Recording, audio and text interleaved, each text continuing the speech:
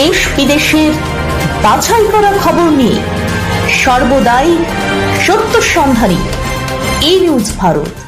নমস্কার, ই নিউজ ভারতে আপনাদের সকলকে স্বাগত। শুরু করছি ওয়েদার আপডেট। মঙ্গলবার সকাল থেকে মহানগরীর আকাশ মেঘলা, শুরু হয়েছে দফায় দফায় বৃষ্টি।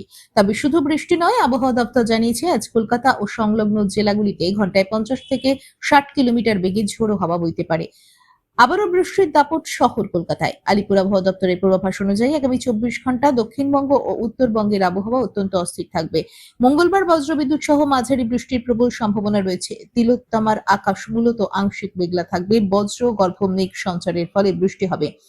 দক্ষিণবঙ্গের প্রায় প্রতিটি জেলাতেই আজ ঝড় বৃষ্টির দাপট দেখা যাবে। আবহাওয়া দপ্তর কয়েকটি জেলাকে হাই অ্যালার্ট জোনে রেখেছে।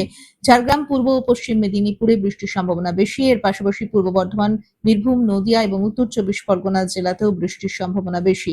পশ্চিমবঙ্গের পাশাপাশি উত্তরবঙ্গ জুড়েও বৃষ্টির দাপট বাড়বে বলে জানিয়েছে হাওয়া অফিস।